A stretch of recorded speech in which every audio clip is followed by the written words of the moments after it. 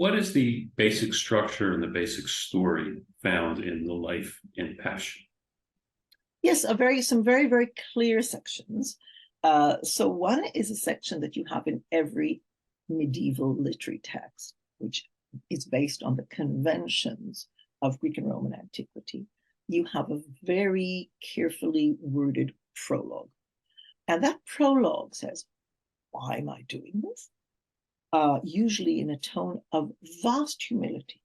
I'm not really very good at this. I might not do a very good job, but the monks of my priory beseeched me to do this. So please, Father Bishop, to whom it's dedicated, the Bishop of Norwich, please receive this from me, and I'm this lowly one. And that's a sort of trope that is very, very common, this trope of humility, and what the ancients called capturing the benevolence, capturing the goodwill of the reader. You start off, you're showing you're a good guy, you tried your best, don't judge me too harshly, but that there's a reason to do it. There's a reason to do this because this poor boy has been forgotten.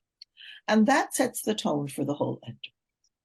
Because, and here we're getting more into the nitty-gritty, Thomas of Monmouth says, I turn up around 1150, and I hear rumors that 6 years ago, there was this cause célèbre, there was this case that nobody should forget, that at the time really made waves, that a child was found dead outside of town in a shallow grave, with every sign to suggest that the Jews did it to him. And his family beseeches the bishop for justice, and nothing happens. Why? Because the Jews are mightily protected by the sheriff, the corrupt sheriff, the sheriff who they bribe, and that is the structure of the story. But I, cold case investigator, I've arrived these years later, and I'm appalled by the situation. So I'm going to open the investigation, and I'm going to do it with commitment and piety. Hence, I shall discover things that people at the time who were neglectful and corrupt did not. And even as I speak, it has a sort of populist ring about it. You know, those in authority failed you. I, a simple monk, will tell the true story for the people of Norwich and Christians at large. So he reports to us in this text. He next goes on to report how he went about it. He went about it by visiting the site, interviewing new witnesses, as it were, and above all, finding a reason. Why would Jews want to do this? It's because there is this Jewish-wide conspiracy that requires an annual child, and that this is something that he learned from a tremendously good source, which is a Jew converted and became a monk. So he provides correction to what had gone wrong 6 years earlier. He does so, as it were, through all sorts of contrivances and so on. He found bits and pieces in the house. He spoke to a maid who was too cowed to speak at the time, literally opening up a cold case.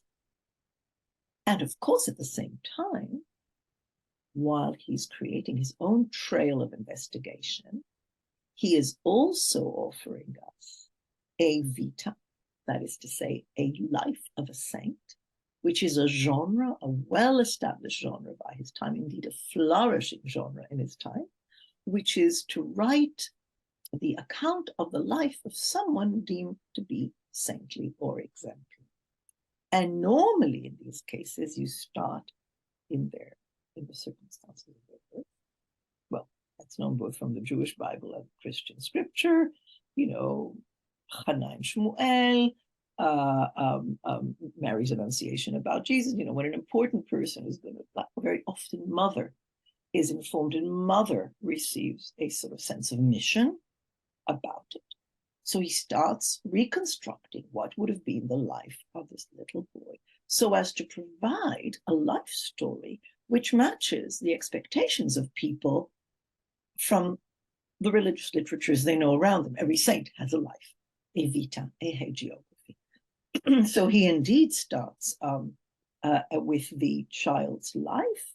even before his birth, the Annunciation to the mother in a dream, the birth, the jubilant celebration of the weaning of the child at a certain age is noted, and already at the weaning ceremony, the boy is working.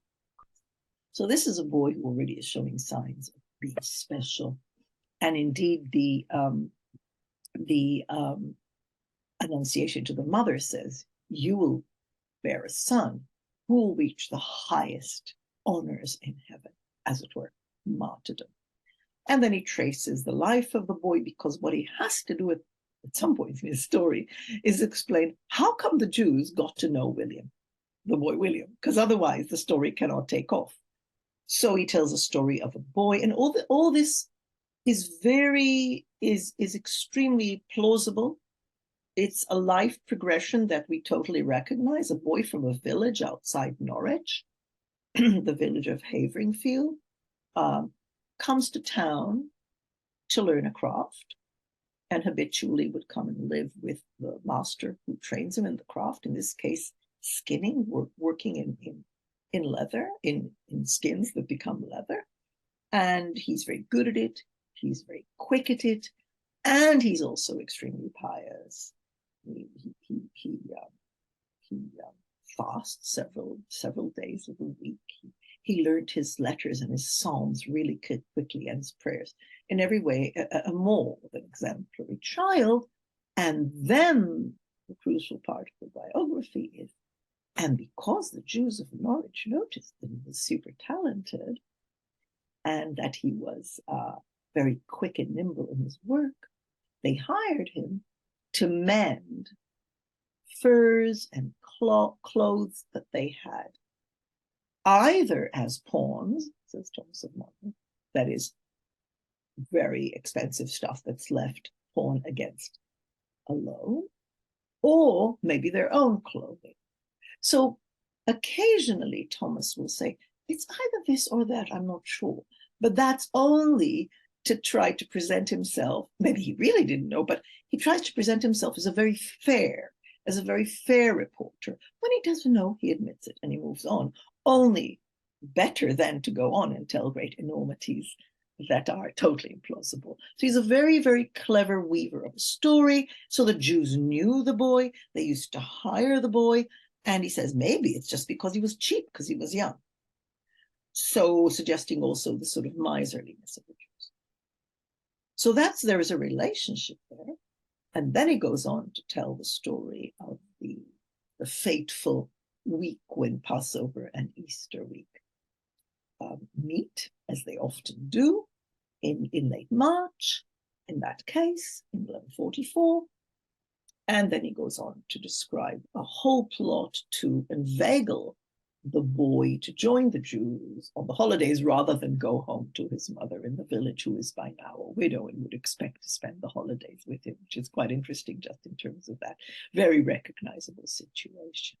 Now, just to answer your question, to finish the answer to your question, which was about structure. So after the life of the boy is given, the life and death, then starts the second and longest part of the book, divided into many different books and over 20 years or so, where Thomas of Monmouth, who has become the boy's agent, the boy's secretary, he literally uses the word secretarius in Latin, he collects every story that arises that suggests that people are being healed and miraculously transformed at the boy's tomb.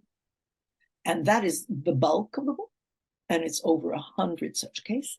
People coming from villages all around the region, some of them from Norwich town itself, some of them great and good, others very modest people who come to be cured. So a smaller part is background, event. The larger part is collected over decades. And sometimes he will start a story. For many years, I haven't written in this book about the miracles because our boy's memory has been forgotten. But recently, God has given us a bunch of miracles that I'm now reporting. And that is the structure of the book. And in betwixt and between, he actually has a little section where he says, some people are raising objections That's literally the word objecciones. Some people are raising objections that it's not reasonable that a little raggedy boy like this, of no import, can become a martyr. So here are one by one he answers the possible objections to believing that this local boy could become a martyr. So that's the structure of our book.